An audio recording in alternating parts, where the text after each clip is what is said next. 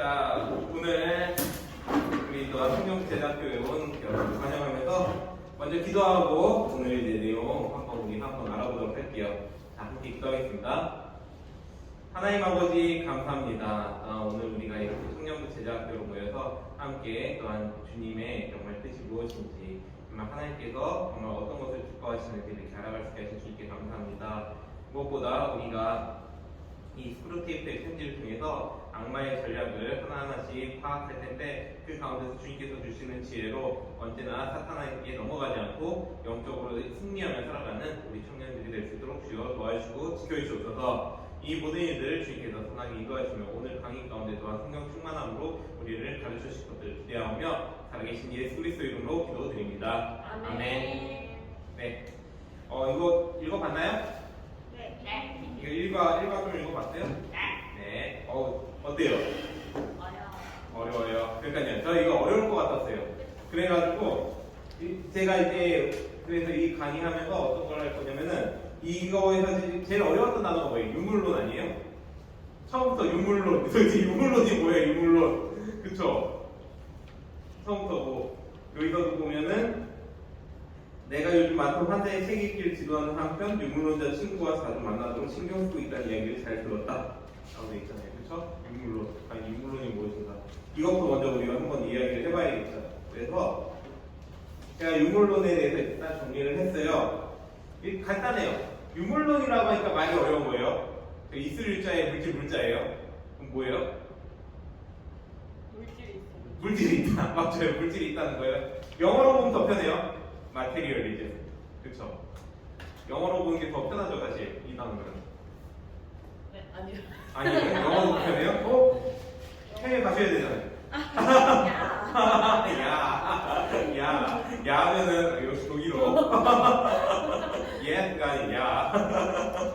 자, 그 마테리얼리즘이라고 하는데 이게 뭐냐면은 물질이 만물의 근원이라고 해요. 물질이.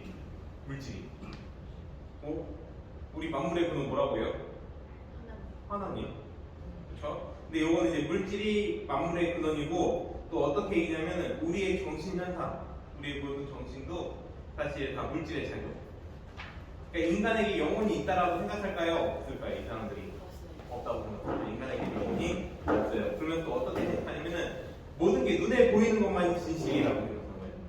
눈에 보이지 않는 세상에 대해서 인정을 하지 않아요. 이 사람들은 그런 학파에 있는 거예요. 그러니까 사실 기독교하고 잘 맞겠어요? 맞지 않겠어요? 맞지 않겠죠? 그러니까 사실 여기 스크루테이프에서도 보면 모두가 자랑할 만하죠.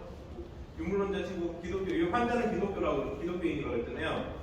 이 기독교인이 유물론자 친구와 자주 만난다는 거는 이제 그 유물론이라는 거에 기독교인이 관심이 있다는 거잖아요. 근데 기독교인들은 항상 영과 육이 있다는 걸 믿고 우리는 있잖아요. 사람은 영과 육이 있고 눈에 보이지 않는 영역이 있다는 걸 우리는 믿고 있는데 이 유물론자들은 그렇지 않다는 거죠. 그러면은 이제 이 사탄의 생각에서는 이 유물론으로 이렇게 이 사람이 그리스도인이 넘어갈 거다라고 생각하는 거겠죠. 근데 이제 스크루테이프는 그것을 경고하는 거예요. 그거 그렇지 않다라고. 그래서 이제 왜 그렇지 않은지는 뒤에 가서 이야기해보고 일단 이 유물론이 어떻게 있는지를 한번 좀 알아보도록 할게요. 우리 시대에서 유물론 되게 간단해요. 과학으로 나타나요. 우리 시대에서는. 그리고 또 하나가 뭐냐면은 마르크스주의, 막시즘이라고 하는데 그 공산주의죠. 공산주의 형태로도 나와요. 유물론. 일단은요 가장 쉬운 게 왜 과학이라면 과학은 눈에 보이는 현상들을 설명하려고 그러잖아요. 그렇죠? 이 과학이 그렇기 때문에 유물론의 하나의 형태로 나타나요. 이 유물론의 하나의 형태로 어떤 게 있냐면은 지금 저기 보이는 그림인데 저기 뭐냐면은 이제 물질의 근원이 뭐라고 그래요? 여기 만물의 기원이 뭐라고 그래요? 잘 안 보여요? 맞죠? 제가 얘기를 해줄게요. 물이 있고 하나는 불일 거예요. 불. 그리고 하나가 공기. 그쵸? 공기가 만물의 근원이라고 하는 거예요. 이 사람들이 이런 주장을 했어요. 그리스 철학자들이에요. 이름은. 자, 근데 이 사람들이 이렇게 주장을 했는데 이런 사람들을 이제 우리가 뭐라고 부르냐면은 스토아학파. 그리스 철학의 스토아학파라고 얘기를 해요. 이 사람들이 이런 주장을 한 거예요. 이 사람들이 뭘 생각한 거냐면은 만물의 기원이 과연 무엇인가? 이 세상. 그리스 철학 어렵잖아요. 그쵸? 예전에 좀 공부를 조금 봤던 친구들 알겠지만은 어려워요. 그래서 제가 그렇게 쉬운 건 아닌데 이 그리스 자가 할 때 왜 어렵냐면은 이 사람들이 뭘 생각하냐면은 이 세상이 도대체 어떻게 시작됐지? 이런 고민을 한 거예요. 이 세상이 어떻게 시작됐지라는 그 고민 속에서 이런 얘기를 한 거예요. 물로 이 세상이 시작됐다. 불로 이 세상이 시작됐다. 공기로 이 세상이 시작됐다. 다 달라요. 같은 주장하는 건 아닌데 근데 똑같은 형태예요. 왜 똑같은 형태냐? 다 지금 물질로부터 시작됐다라고 하거든요. 그렇죠? 물질, 공기 물질, 그 다음에 뭐냐? 불도 물질이죠. 그렇죠? 그러니까는 그걸 다 시작됐다라고 지금 얘기하니까요.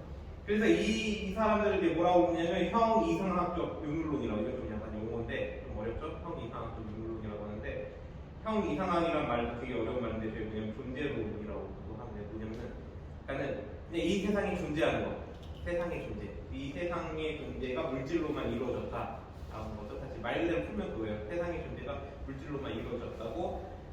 이게 나중에 어떻게 되냐면 프란시스 베이컨이라는 사람으로 이어져서 경험주의. 경험주의로 이어지고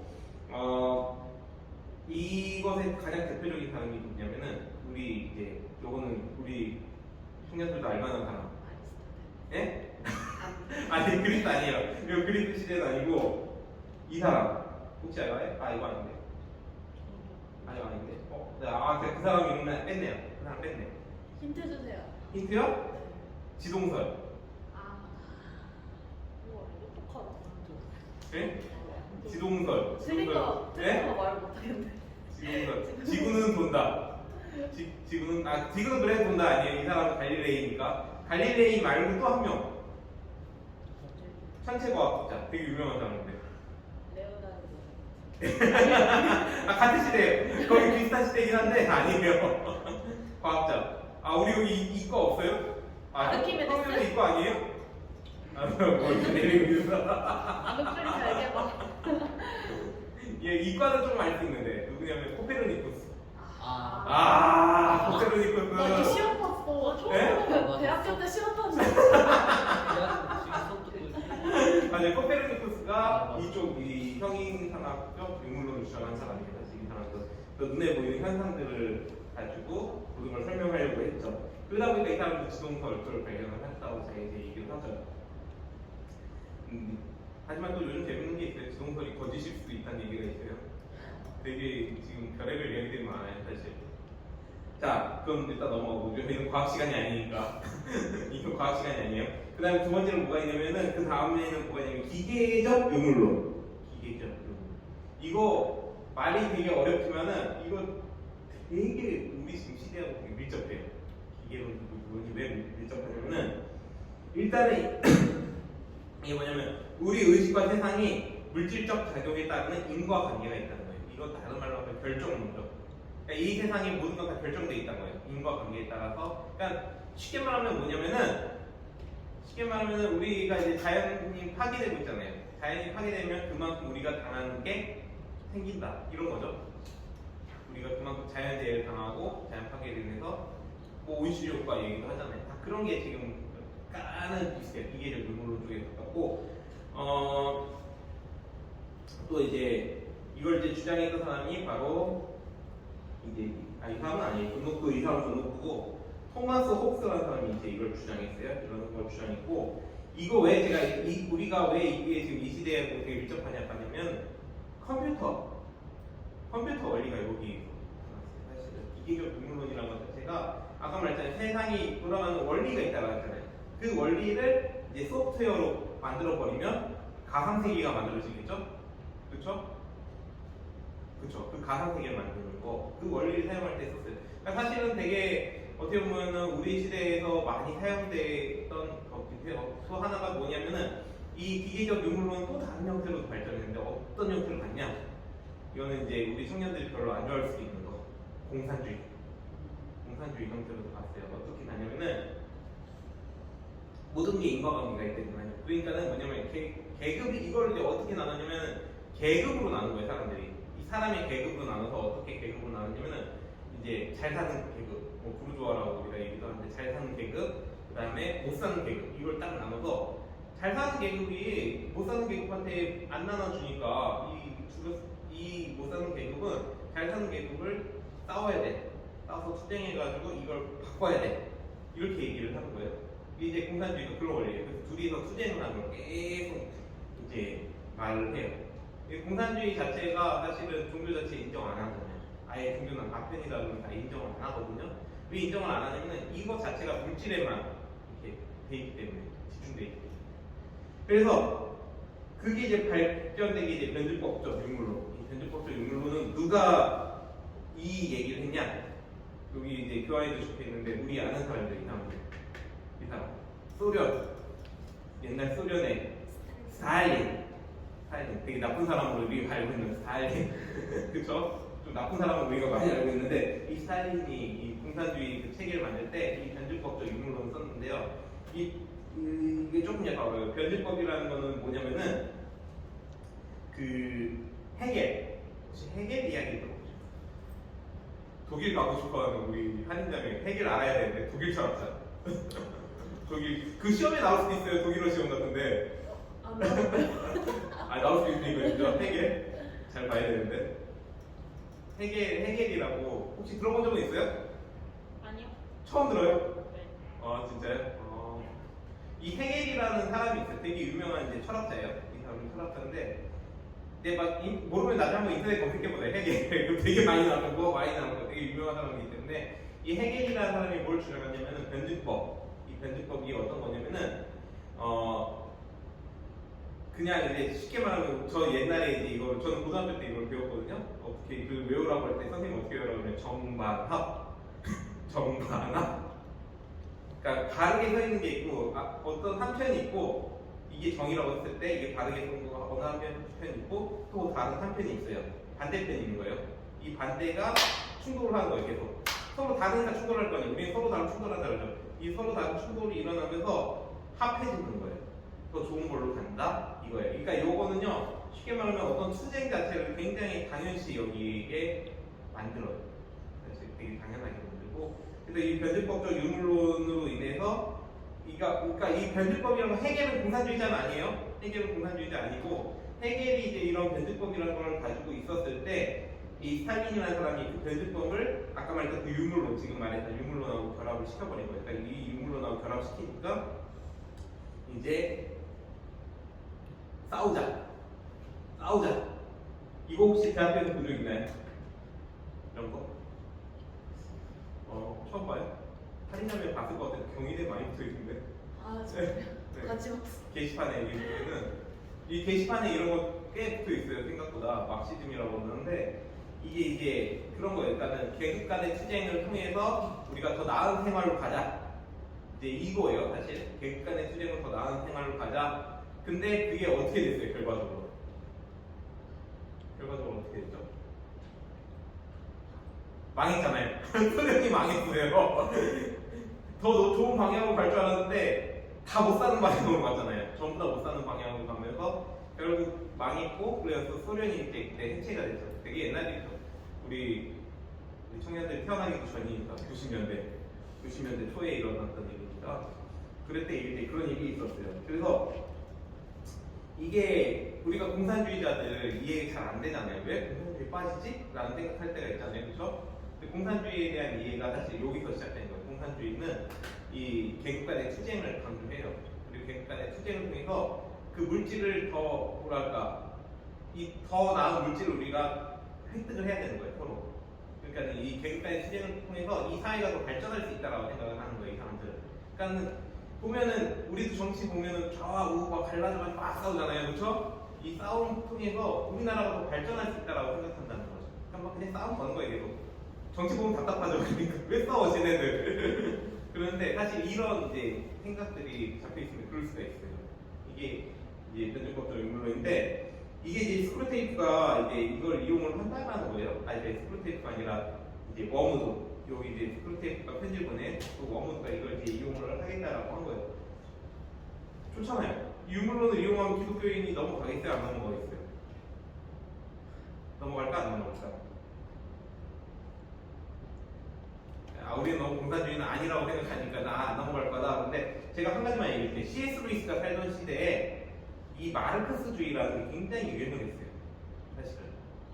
지금 C.S. 루이스가 여기서 유물론이라고 우리가 얘기를 하고 있지만 사실 이 유물론이라는 것 자체가 사실은 그 마르크스주의하고 거의 같다고 볼 수 있거든요. 그 당시 시대에 그게 되게 유행을 많이 했어요. 그래서 이 마르크스주의가 유행을 하면서 이제 기독교인들 사이에서도 그런 마르크스주의를 가지는 사상가들이 좀 생겼어요. 그러니까 뭐냐면은 교회 안에서 평등해야 되는 거 아니냐, 이제 그런 주장들. 그러니까 이 사람들은 평등을 주장하는데 어떤 평등이냐면은 낮은 계급과 높은 계급을 나눠서 교회 안에서. 그래서 이 낮은 계급이 높은 계급을 치고 내리고 다시 높은 계급이 그 낮은 계급 높은 계급으로 올라가고 그럼 또 반대로 그 다시 낮은 계급 다시 치고 올라가고 이런 식으로 이제 그런 얘기를 한 거예요. 그런 것들이 이제 그 안에까지 이제 들어왔다는 거죠, 사실은.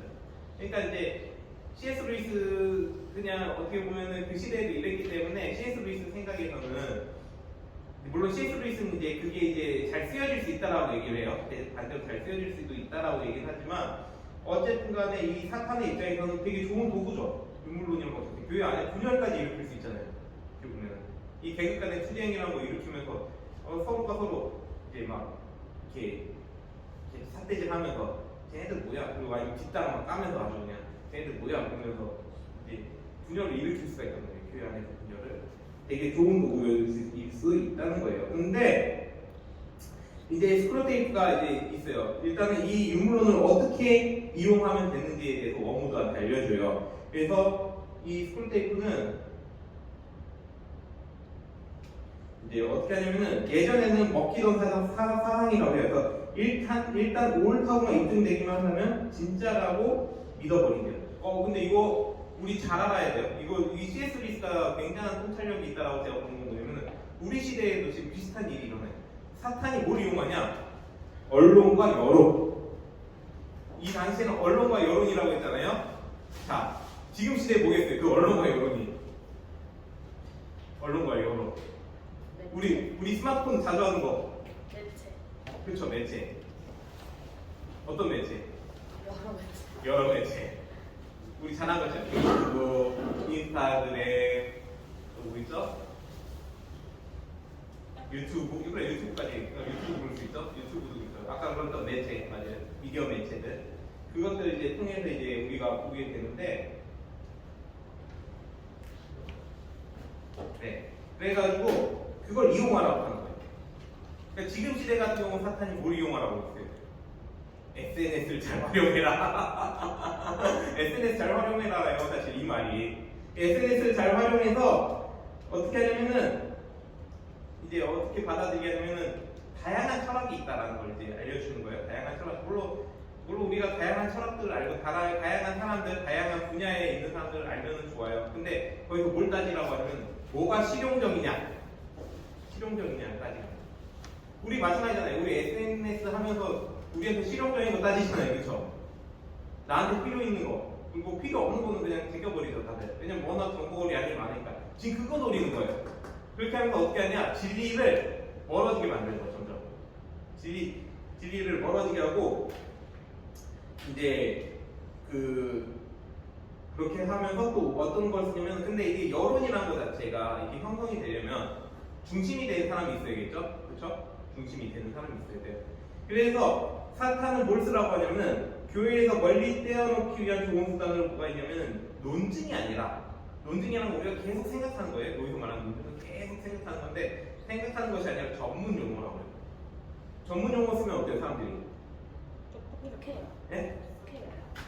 혹하죠. 그렇죠. 좀 있어 보이잖아요, 그렇죠? 네. 제가 막 여기서 뭐 전문 용어를 써가면서 이야기하면 되게 있어 보이죠. 저렴한 용어 쓰면 저렴해 보일 거고, 그렇죠? 그렇죠. 근데 이렇게 전문 용어를 쓰면서 뭐냐면은 이 유물론이 진리라는 걸 믿게 만들지 말고 이 사람들로 하여금 유물론이야말로 미래의 철학, 그러니까 이것이 우리의 미래를 발전시킬 거다, 유토피아를 만들어줄 거다 라는 식으로 이제 심어주라는 거죠. 약간 공산주의자들이 말하는 거랑 좀 비슷하지 않아요? 제가 정치적 성향을 이렇게 막 얘기하는 거 좋아하지 않는데 우리나라에서 보면 약간 좌파 성향이 있는 사람들 이런 얘기 많이 하죠, 사실. 그렇죠? 좌파 성향이 좀 있을 때는 이런 얘기들이 많이 나와요. 근데 그래서 사실 뭐 제가 좌파를 막 욕하거나 그런 건 아니에요. 보통 그런 쪽으로 이제 많이 얘기를 해요. 좌파가 사탄이다는 아니에요. 그건 아니에요. 그건 아니니까 그거 오해하지 마요. 좌파 사탄이라고 얘기하는 게 아니라 좌파가 약간 그런 경향들이 있어요. 우리가 이제 미래를 발전시킬 수 있다 이런 방향으로 우리가 가지고 가야 된다라는 쪽으로 이제 가는 거고 이제 그런 식으로 이제 얘기를 하죠. 그러니까 이제 자기들 가지고 진보라고 하잖아요. 앞으로 발전시키는 진보 그렇게 이제 믿게 만들어라 이거죠. 근데 거기까지 좋다는 거예요. 거기까지 스콜테이프가 유물론을 사용하는 건 괜찮다고 얘기해요. 근데 이게 문제가 있대요. 어떤 문제가 있냐? 되게 경계하게 만들어요. 그러니까요, 이게 되게 사실은 우리나라에서 좌파의 되게 대표적인 사람이 누구예요? 얼마 전에도 토론을 했던데 유시민. 아유 뭔가 하지 마요. 그러니까 네? 네, 여기서 이제 정치적 성향이 다 드러나네요. 아 나는 그 사람이 좋아, 나 그 사람이 싫어, 막 이래서. 아니 뭐 좋아하고 싫어하고 뭐 그건 자유니까, 개인의 자유니까 그거 가지고 뭐라고 안 할게요. 근데 유시민이라는 사람 딱 자체만 두고 보면 되게 있어 보죠. 네? 너무 싫어. 네? 너무 뭐라요? 너무 싫어. 너무 싫어요? 그러니까 되게 뭐 말하는 거 되게 있어 보이게 하잖아요, 그렇죠? 그렇죠. 그러니까는 왜 그게 있어 보이냐면 논리가 되게 나름대로 논리가 있어요. 말하는 논리가 있고 그걸 체계적으로 딱딱딱 가져간단 말이에요. 그런 거는 되게 좋아요. 사실 그런 거 배워야 된다고 생각하는 사람이에요. 그런 논리 이런 거는. 그래서 이제 그런 논리 강한데 그런 이제 문제는 뭐냐?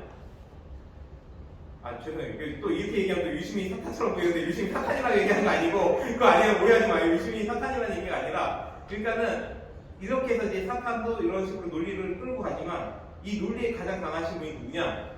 하나님이라는 거죠. 이것도 사탄이 알고 있다는 거예요. 하나님이 논리에 강하시다는 걸. 그러니까 하나님 논리에 강하시기 때문에 왜 하나님 논리에 강하실까요? 왜? 왜? 지혜의 근원이 누구시죠? 하나님이죠. 그러니까 하나님이시기 때문에 하나님 논리에 강할 수밖에 없어요. 그러니까 하나님 논리에 강하시면서 반대로 이제 하나님이 약한 거 뭐냐면 실용적인 선전에는 약하다. 실용적인 거. 아까 말했던 나한테 필요한 거. 이런 쪽으로 하나님 끌고 가지는 않는다라는 거죠. 그래서 이 스크롤테이프가 이제 가장 이제 그 경계하는 건 뭐냐면은 논증을 하다가 보면은 이제 환자, 그 크리스찬이에요. 저기 헷갈리면 안 돼요. 환자가 나쁜 쪽이 아니라 크리스찬인데 크리스찬의 그런 잠자던 이성을 깨워버려서 이제 주변의 일에 내 경험, 내 환경만 보는 것이 아니라 이제 어떻게 되냐면 그렇게 계속 우리가 경험에 대해서 생각하고 사고하다 보면은 내 안에 한계가 보인다니까요. 아, 난 전혀 영역까지 내가 알 수 없다라는 게 보이는 지점이 있어요. 진짜 공부 잘하는 사람들은 그 한계를 알아요. 자신의 한계를 알아요. 진짜 막 이렇게 머리 많이 쓰는 사람들은 한계가 있다는 걸 알고 그러면서 내 한계를 알게 되면은 주제 자체를 보편적인 주제. 그러니까 실용적인 주제가 아니에요. 나한테 필요한 게 뭐지가 아니라 아까 이제 그리스 철학자들이 했던 그런 일들 있잖아요. 이 세상이 어디서 시작이 됐지? 이런 이제 고민을 한다는 거죠. 이 세상이 어디서 시작됐지라고 생각하다 보니까는 이제 어떻게 되겠어요, 사람들이? 나 그거 보겠는데 그렇게 될 거 아니에요. 물론 요즘 뭐 빅뱅 이론이다 뭐다 이제 그런 이론들로 이제 나가는 그런 그 과학을 설명하고자 하는 시도들이 계속 나오고 있지만 어찌되었든 간에 사람들이 거기 지역까지 가면은 이제 이건 내가 알 수 없는 영역이구나 라는 게 이제 보인다는 거예요. 그러니까 과학을 연구를 진짜 많이 하는 사람들 보면은 과학을 계속 공부하다 보면 결국은 자신의 한계가 보인다고 하더라고요. 그랬을 때 이제 진짜 하나님이 보이는 사람들도 있다고 해요. 이제 그런 얘기를 하는 거예요. 그래서 계속 그런 보편적인 것, 이 세상이 어떠한지에 대해서 계속 생각하다 보면은 결국 하나님께 이룰 수밖에 없다는 거예요, 사람들. 그러니까 스크롤테이프는 이제 어떻게 하냐면은 경험, 우리 주변에서 일어나는 그런 상황들, 실용적인 거, 나한테 필요한 거, 여기에만 이제 인간을 묶어둬서 어떻게 하면 진짜 세상을 알지 못하게 해야 한다는 거죠. 그래서 어떻게 하냐면은 이제 예를 드는 거예요. 어떤 예를 들면 책을 읽어요. 어떤 사람이 책을 읽고 있는데 책 읽으면서 어떤 생각을 하냐면은 진짜 하나님이 계신가? 라는 생각을 하기 시작한 거예요. 이 사람이 뭐 여기서 나온 책이 어떤 책인지 모르겠지만 아마 제가 봤을 때 C.S. 루이스 자기 경험일 수도 있어요. 이 사람은 원래 문학가이기 때문에 책을 많이 읽었던 사람이라 이 책을 읽다가 하나님이 여기 계신가라고 했는데 사탄이 뭐라고 했냐? 야 그게 밥 먹여줘? 그게 밥 먹여줘? 그거는 되게 간단해요. 우리 식으로 얘기할게요. 우리 기독교인 식으로 얘기해 믿음이 밥 먹여줘. 그렇죠? 우리가 믿고 믿음을 가지고 산다는 게 밥을 먹여주는가? 그게 믿음이 밥 먹여줘? 그런 얘기를 하게 만든다는 거죠. 사탄이 딱 그걸 보는 거예요. 그러면 뭐예요? 아 믿음 가질 필요 없네. 믿음이 내 생활에 그런 밥을 먹여주는 것도 아니고 뭘 책임져 주는 것도 아니고 굳이 내가 왜 믿음 갖고 살아? 그냥 그래 나도 그냥 주일날 쉬고 교회 안 다니고 그러면 되지. 근데 이런 식으로 갈 수 있다라는 거죠. 굉장히 사실은 이제 위험해요. 사탄의 이런 이제 생각들. 우리 주변에서도 이런 얘기가 되게 많이 들었을걸요? 믿음이 밥 먹여줘? 저도 진짜 많이 들었거든요. 사실 제가 했던 얘기. 미안하지만 저도 과거에 이런 얘기를 했어요. 그래서 제가 썼던 거예요. 이 말. 믿음이 밥 먹여줘. 근데 예수님이 하셨던 말씀 있죠. 사람이 떡으로만 살 것이 아니요 하나님의 입으로부터 나오는 모든 말씀으로 살 것이라. 우리의 사는 것은 사실 우리가 사는 것은 우리 눈에 보이는 것에만 있는 것이 아니라 눈에 보이지 않는 세계도 있다라는 거죠. 영적인 세계가 있고 그 영적 세계 속에서 하나님이 우리를 먹여주시는 건 뭐냐? 우리 하나님의 말씀. 우리는 하나님의 말씀을 공급받아야 됩니다. 그렇기 때문에 이제 주일에 모여서 예배드리고 또 이제 말씀 다 이제 그런 이유죠. 사실. 그러니까는 이걸 못하게 때 사탄은 막으려고 하는 거고 하나님은 반대로 우리가 하나님의 말씀을 듣게 만들고자 계속 부르죠. 어떻게든 계속 부른다는 거죠. 자, 그게 이제 사탄이 그러니까 경계를 하는 거예요. 스크루테이프가 그걸 경계를 하고 있는 거예요. 스크루테이프는 결코 하나님을 알려는 걸 좋아하지 않아요. 그러니까 실용적인 거에 다 붙거든 거예요. 여기서는 실용적인 거예요. 자, 그러면서 이제 진짜 과학에 대해서 얘기해요. 과학이 진짜 뭐냐? 아까 말했죠. 그러니까요, 우리 시대에 과학 잘한다는 사람들, 공부 잘한다고 하면서 예수님 안 믿고 하나님 안 믿는 사람들 있잖아요. 그 사람들이 진짜 과학을 잘하는 거냐? 라고 했을 때는 여기서 걸려들 수 있어요.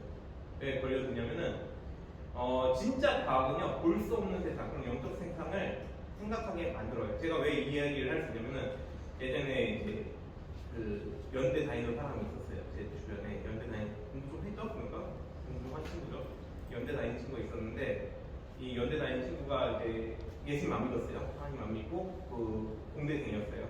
그래서 이제 그런 얘기를 좀 했는데 어떤 얘기를 했냐면은 자신은 그런 한계에 직면하는 게 싫대요. 그런 한계에 직면하는 게 싫고 과학을 공부하다 보면 한계에 직면하면 나는 어떻게든 이걸 뚫고 갈 거야 라는 걸 계속 하겠다는 거죠. 그러면은 전 속으로 뭐라고 그랬냐면은 뚫을 수 있으면 뚫어봐. 그렇죠. 뚫을 수 있으면 뚫어. 왜냐면은 인간은 한계가 있고 그 한계를 인정하지 않으면은 사실 하나님께 우리가 나갈 수 없어요. 내 자신의 한계, 내 자신이 어떤 안 되는 부분들을 인정해야지만 사실 나아갈 수 있어요. 스크루테이프는 그러니까 기독교를 방어하기 위해서는 그러니까 자기 편으로 이제 기독교인이 지금 싸우는 거니까는 기독교인을 방어하기 위해서는 진짜 과학을 사용하지 말게끔 만들라고 과학을 사용하지 말게끔 하라고 지금 조언을 하고 있어요.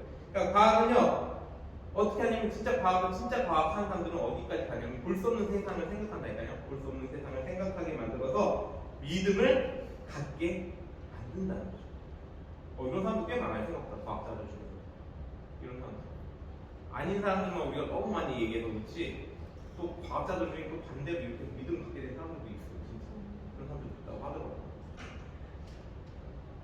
그러니까 그게 뭐냐면은 어설프게 하는 게 아니라 진짜 아닌 거죠. 사실 나의 어떤 한계 그리고 진짜 이 세상을 만드신 분이 계시는구나 라는 거를 이제 거기까지 이제 나아가면은 이제 진짜 세상을 아는 거죠.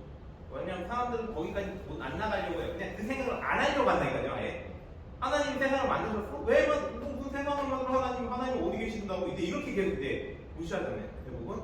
근데 지금 스크루테이프가 이제 얘기하는 건 그걸 노리는 거예요. 계속 그것만 노리는 거죠.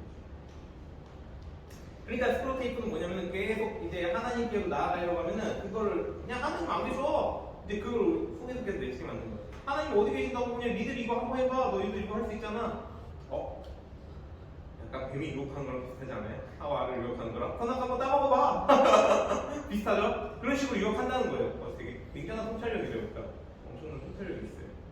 이렇게 해서 제대로 생각하지 못하게 만들어야 된다는 거죠. 제대로 생각하지 못하게 방해하라는 거죠. 자, 그러니까는 우리가 이제 되게 중요한 게 뭐냐면은 이 지성이라는 것 자체, 우리 머리라는 것 자체를 이게 기독교인들 중에서도 이걸 되게 부정적으로 보는 사람들이 있거든요. 지성이라는 것 자체를 부정적으로 보는 사람들이 사람들. 근데 이것 자체를 부정적으로 볼 필요가 전혀 없다는 거예요, 사실. 우리는 신앙에서 올바른 지성을 사용할 필요가 있어요. 사실 되게 바른 지성을 사용해야 되는데, 이 진짜 과학은요, 아까 말했듯이 세상 자체에 머물지 않고 무조건 세상을 만드신 분을 향해 가요. 진짜 과학은 세상을 만드신 분이 계신다, 하나님이 계신다, 이쪽으로 가요. 그래서 진정한 과학과 학문은 하나님을 부인하거나 그 아래에 두거나 조화롭게란 말이 뭐냐면은 이제 제가 여기서 지금 한번 빨리 지금 시간 끝내야 되니까 잠깐 간단하게 얘기하면 뭐냐면은 그 유실론적 진화론이라는 얘기 들어본 적 있어요? 오, 들어봤나 봐요, 하이저는. 그쵸, 유실론적 진화론 좀 들어봤죠? 어디서 들어봤어요?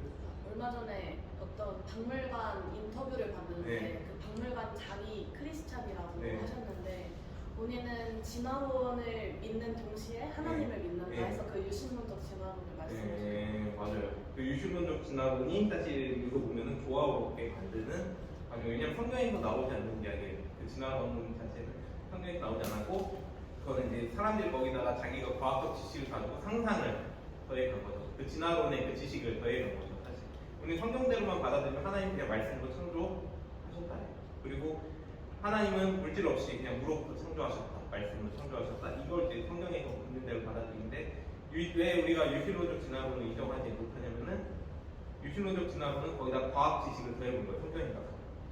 성경 자체를 가지고 못하는 게 아니고 성경에다 과학 지식을 더했다는 거죠. 이게 바로 이제 조화롭게 한다는 얘기예요. 그러니까 조화롭게 하지 말아야 된다는 얘기예요. 우리는 반대로 과학은요, 하나님을 향해 나아가게 만드는 거지. 이 과학이란 것 자체 하나님하고 대적할 때 하나님하고 과학을 조화시키려고 하는 순간에는 사람들은 어떻게 가냐? 죄는요 그렇게 가볍지 않아요. 이렇게 조화될 것 같죠? 하나님하고 과학이 조화될 것 같죠? 이렇게 되면 어떻게 되면은 하나님 밀어내요, 점점. 하나님 밀어내고 과학에서 맞다는 식으로 가게 된다니까요. 그게 사람들의 식습성이에요, 사실. 그래서 그렇게 하지 않고서 오직 하나님께 순종하는 방향으로 우리가 나가야 됩니다. 하나님만이 진정한 창조주라는 거. 그러니까 진짜 과학은요, 하나님이 창조주인 것을 인정을 해요.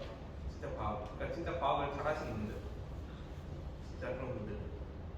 그래서 저는 옛날 선조들의 이 말이 진짜 많은 것 같아요. 변을 이으면 고개를 숙인다. 이으면 이을수록 고개를 숙인다. 괜찮아요, 그렇죠? 더 겸손해진다니까요. 알면 알수록 나는 진짜 아는 게 없구나. 근데 나는 아는 게 많아라고 하는 사람들 보통 반대죠. 그건 뭐냐? 거기 선무당이 눈이 높아요. 요만큼 아는 거 가지고 그냥 전문 용어도 몇 개를 아는 거 막 그냥 그거 가지고 막 주저주저 해버리는 거죠. 진짜 아는 사람들은 자기 한계를 알아요. 네, 한계를 알아요. 그러니까 사탄은요, 세상에 우리를 묶어두고자 하고 세상의 비밀조차 우리가 다 알 수 있을 거다. 너희가 이 한계를 한번 풀어봐. 이거를 이제 사탄은 계속 얘기해. 선악과 한번 따먹어봐. 그거랑 똑같은 얘기예요. 진짜 그 얘기가 한다니까요. 그러니까 어설픈 과학이 진짜 이런저런 용어 써가면서 전문가라는 이름 아래 하나님을 보지 못하게 한다는 거죠. 그래서 그 아까 유시민 얘기도 한번 했는데, 아까 말했던 이게 정치적인 거하고 상관없어요. 정치적인 거하고 상관없고, 이런 사람 얘기하면 진짜 제가 되게 사실 sik겁하는데 근데 제가 이제 근데 그건 분명하잖아요. 왜냐면 유시민은 기독교인은 아니에요. 자기가 신이 있다라고 생각하지 않는다라고 얘기했어요. 왜 신이 있지 않다고 생각을 했냐면, 신이 있다라고 생각하는 순간에 인간의 많은 부분들이 파괴될 수 있다고 자기가 생각한다는 거죠. 근데 그 사람이 말하는 인간의 많은 부분이 파괴된다는 건 이 사람은 아까 말했던 유물론자 입장이고, 유물론자 입장이기 때문에 그 물질로 이루어진 그 세상, 과학의 지식들, 그런 것들이, 그리고 과학 지식으로 일어날 어떤 그런 기술들의 발전들이 다 무너질 수 있겠다라는 생각이 자기 안에 이제 작용을 한다는 얘기죠, 사실. 그런 작용인데, 그러니까는 이제 그런 유시민이라는 사람 안에 그런 사람들이 보면 전문가라는 타이틀이 붙잖아요. 그의 전문가라는 타이틀이 붙죠. 그러니까 이런 전문가라는 것을 앞세우면서 이제 거기에 빠져들게 만든다는 거죠. 그런 전문가의 권위. 전문 용어라고 여기서 표현이 되어 있지만 사실은 전문가예요. 전문가라고 보시죠. 근데 이제 진짜 아까 말했듯이 진짜 많이 알고 진짜 뭔가를 아는 사람들은 더 겸손해요. 더 겸손해요. 이어령 박사라고 이제 우리나라에 되게 유명한 지성인 중에 한 분이신데, 이분 같은 경우는 원래 무신론자이다가 기독교인이 되신 거예요. 기독교인. 딸이 원래 기독교인이었는데 딸이 이제 계속 전도하려고 했는데 아버지가 계속 이렇게 안 믿으려고 했어요. 이런 것은 안 믿으려고 했는데 이제 자기가 이 사람도 약간 C.S. 루이스와 비슷한 거예요. 자기가 좀 이렇게 쫙 생각하다 보니까 하나님이 진짜 있는 것 같다는 거예요. 그래서 또 믿음을 가는 거예요. 그러니까 어디서 그런 현상이 발생되면 자기가 계속 생각을 하다 보니까 어떤 한계점이 이제 보인다는 거예요. 그러니까 세상이 하나님이 아니고선 설명이 안 된다는 거죠. 사실 바울도 비슷해요. 바울도 약간 비슷한 케이스인데 바울도 예수 그리스도를 알게 되고서 어떻게 되냐면은 예수님이 아니고서는 모든 게 설명이 되지 않는다라고 바울도 봤거든요. 그래서 이제 바울이 완전히 급변한 거죠. 사람이 원래 교회를 핍박하던 사람에서 교회를 수호하는 사람으로 바뀌었잖아요. 그렇게 이제 되는 거죠. 그러니까 사탄이요. 그리고 또 다른 전략. 물론 이거는 진짜 아까 말했듯이 이 위에 거 정도는 진짜 어떻게 보면은 약간 진짜 지식인들 있잖아요. 그쪽 수준에서 이야기하면 우리 보통 사람들의 수준 안에서 보통 사람들의 수준 안에서는 어떻게 만들어 버리냐면은 아까 말했던 그거예요. 믿음으로 사는 게 먹고 사는 거 책임지냐? 그렇잖아요. 이 많은 사람들이 이 질문에서 넘어지죠. 그래, 나 먹고 사는 게 더 중요한데 내가 믿음으로 사는 것보다 먹고 사는 게 더 중요한데 이 믿음이 나 먹고 사는 거 책임져 주잖아. 사탄이 계속 그 얘기를 해요. 그러면은 이제 우리는 어떻게 하겠어요? 거기서 어떻게 넘어가야 돼? 말은 쉬웠는데 말은 쉬워요. 나는 넘어가지 않을 거야 라고 하지만 실제 이런 문제가 내 안에 닥쳤을 때는 굉장히 사실 어려운 문제가 돼요. 사실 어려운 문제인데 사탄이 그걸 노려요. 계속 노리는데 어쨌든 간에 거기서 내가 하나님을 붙잡고 나아갔을 때는 오히려 반대로 하나님께서는 주시는 그 축복이 있죠. 그리고 우리 안에 그 마음의 평안, 더 중요한 건 우리가 눈에 보이는 세상 가운데만 살아가지 않고 더 나아가서 이제 제가 이제 좀 있으면 나중에 이제 다시 청년부 강의가 회복되면은 빨리 집수적 끝나서 이제 다시 청년부 강의 이제 다음 주부터 할 텐데 하게 되면은 이제 섭리라는 걸 배울 거예요. 하나님의 섭리 가운데, 그러니까 하나님의 다스림심 속에 우리가 있다는 걸 알면은 무엇을 하든 간에 두렵지 않고 무서울 게 없다라는 거죠. 하나님 앞에서 그냥 그 눈에 보이지 않는 하나님의 통치가 지금 이 땅 가운데 일어나고 있다는 걸 우리는 알 수 없는 그 일들이 일어나고 있다는 거죠. 그래서 이제 우리가 어찌됐든 간에 하나님만 의지하고 붙잡아야 돼요. 어떤 상황에서 그거밖에 없어요. 답이. 왜냐면 사탄은요 진짜 교묘해요. 이런 식으로 교묘하게 우리를 파고들어요. 그러니까 우리가 여기서 이길 수 있는 길은 한 가지. 하나님만 의지하고 예수님만 붙잡는 거예요. 그게 사탄이 필요한 거예요. 그렇게 된 걸 필요해요.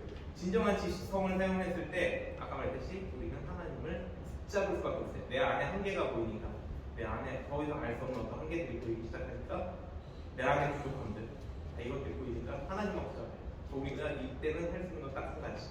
하나님만 붙잡으면 그게 제일 중요한 여기서 포인트예요. 하나님만 붙잡는다. 자, 그래서 오늘 여기까지 하고 일단 빨리 내일 마셔야 되니까 자, 기도하게. 참 고마우신 하나님, 오늘 우리가 이렇게 스크루테이프의 편지를 통해서 정말 악마들이 정말 어떻게 우리를 영적으로 공격해 오는지를 다시 한번 확인해 보았습니다. 무엇보다 악마들이 저희를 파고드는 방식들이 너무나 다양합니다.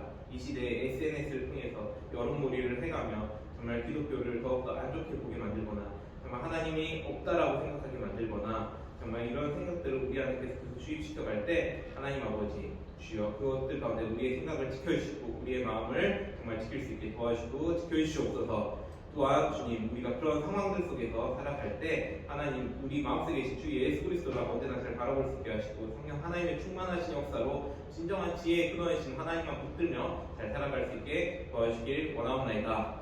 또한 사탄이 우리의 믿음을 시험하기 위해서 계속해서 믿음이 정말 우리의 실생활과 어떻게 연결되냐, 우리가 정말 믿음이 정말 우리가 밥 먹여주는 것이 있느냐라고 했을 때 우리가 그런 것에 넘어가지 않고 언제나 진짜 하나님께서 주신 말씀을 우리가 살고 있다는 것을 먼저 잘 바라보므로 정말 우리가 영적으로 살아가는 것이 더욱더 중요하다는 것들을 잘 바라보므로 정말 하나님 아버지 안에서 정말 주 예수 그리스도 안에서 언제나 잘 살아갈 수 있는 우리 청년들 될 수 있도록 도와주시옵소서. 그래서 날마다 믿음으로 승리하며 살아갈 수 있게 도와주시고 진정한 지성인으로서 잘 살아가는 우리 청년들 하나하나 되게 하여 주시옵소서. 길이요 진리요 생명이신 예수 그리스도의 이름으로 기도드립니다. 아멘.